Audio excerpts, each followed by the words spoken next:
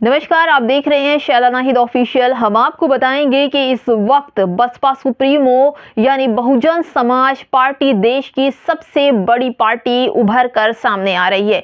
और हम आपको ये भी बताएंगे कि बसपा से जीते हुए जो उनके सांसद हैं वो अलग अलग पार्टियों से चुनाव लड़ेंगे, क्योंकि बसपा अब उनको टिकट देने वाली नहीं है।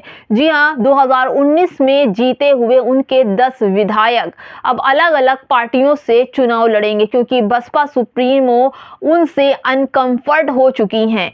उन लोगों को दोबारा टिकट नहीं देंगी। यह खबर सोशल मीडिया पर बहुत तेजी से वायरल हो रही, क्योंकि उनके सांसदों को अब बहन मायावती जी खुद ही टिकट नहीं देने वाली और उन सबको अपने सांसदी से बाहर का रास्ता दिखा दिया, उनकी अपनी गलती की वजह से। क्योंकि सांसदों ने बहन मायावती जी के चुनाव चिन्ह पर तो इलेक्शन लड़ते हैं, उनके झंडे पर जीत भी जाते हैं और फिर उन्हीं को ही चीट करने लगते हैं। इन चीटरों को बहन मायावती जी ने 2024 के चुनाव में टिकट नहीं देंगी। 10 सांसदों के नाम हम आपको बता रहे हैं जो बीएसपी के टिकट पर नहीं लड़ेगा, बल्कि किसी और पार्टी से लड़ेगा। पहला नाम है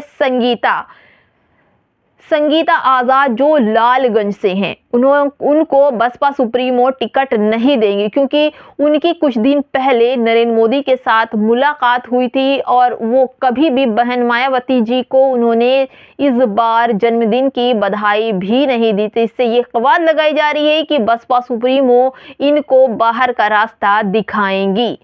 दूसरे सांसद हैं फजरुल रहमान, सहारनपुर के हैं। वो भी सपा से चुनाव लड़ेंगे, क्योंकि उनकी नज़दीकियां बहन मायावती जी से कम श्री अखिलेश यादव जी से कुछ ज़्यादा ही नज़दीकियां उनकी बढ़ चुकी है।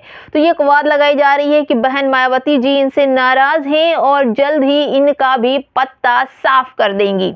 तीसरे हैं राम शिरोमणि ने खुद कह दिया है कि वो इस बार बसपा से नहीं बल्कि बीजेपी से चुनाव लड़ेंगे, इसलिए बहन जी ने उनका भी पत्ता बहुत जल्दी साफ कर देंगे। ये सब सांसदी बहन जी की तरफ से नहीं लड़ेंगे, बहन जी ने इनका पत्ता साफ कर दिया है। चौथे हैं अतुल सिंह, घोसी से सांसद रह चुके हैं।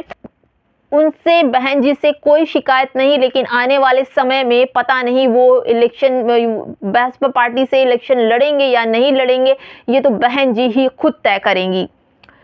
पांचवें हैं गिरीश चंद नगीना से, जो ये भी बसपा के ही समर्थन में है और उनकी अभी तक कोई खबरें ऐसी नहीं है जो वो पार्टी छोड़कर जा सके। श्याम सिंह यादव जौनपुर से हैं और उनकी सोच जो है वो कांग्रेस में जाना चाह रहे हैं और उनको कई बार ऐसी नज़दीकियां देखी गई कि सोनिया गांधी, राहुल गांधी और कांग्रेस के अन्य नेताओं के साथ उनके काफ़ी अच्छे संबंध हैं, इस वजह से भी उनको टिकट नहीं मिलेगा। रितेश पांडे अंबेडकर नगर से हैं, सांसद थे जो अब सपा से उनकी नज़दीकियां बहुत ज़्यादा हो चुकी है। अखिलेश यादव के गुणगान करते नजर आते हैं। ऐसा लगता है कि बसपा सुप्रीमो इनका भी सफाया जल्दी कर देंगे और अपनी बसपा से वो टिकट नहीं देंगी। 9वें हैं मलूक नागर, इनको तो सभी लोग जानते हैं, जो बिजनौर से सांसद हैं, लेकिन इनका जो पुख्ता है, जो बसपा के ही तरफ से बोलते हैं, हमेशा से बसपा की तरफ से ही उन्होंने बोला है और ये शायद ही बसपा के टिकट से फिर से दोबारा सांसदी लड़ेंगे। 10वें और सबसे आखिरी वाले हैं कुंवर दानिश अली, जो अमरोहा के थे। इनको तो पहले ही बहन मायावती जी ने अपनी सांसदी से निष्कासित कर दिया था। खबर ये थी कि आप लोगों ने इनको देखा था संसद भवन में किस तरह से रमेश बुढ़ारी द्वारा जाति सूचक गालियां इनको मिली थी, इनकी गालियां मिली थी। इन्होंने शिकायत बहन मायावती जी से न करके अलग अलग पार्टियों से शिकायत और उनकी मुलाकातों का सिलसिला जारी रखा, जिससे बहन मायावती जी नाराज हो गई और इन्हें अपनी पार्टी से बाहर निकाल दिया। अब इनका भी पत्ता साफ हो चुका है कि इनको बसपा से कोई टिकट नहीं मिलेगा, लेकिन अभी नए लोगों की लिस्ट शामिल नहीं हुई है जो बसपा सुप्रीमो के संसदी उनके टिकट पर लड़ेंगे।